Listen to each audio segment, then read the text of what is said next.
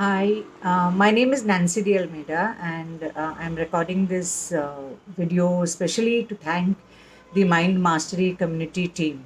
And my special thanks goes to Krupa and Shweta for introducing this concept of fingerprint analysis and mind mapping.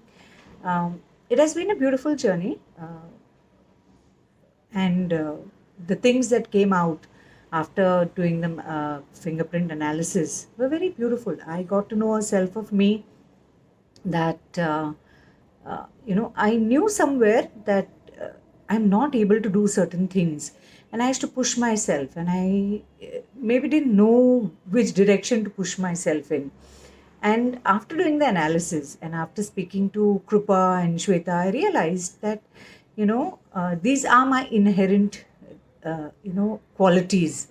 And they helped me tap into these qualities and told me what I can do to, enhance them if I want to. And what is it that if I do, I can move ahead full throttle. And I was sold out. And it's a beautiful concept.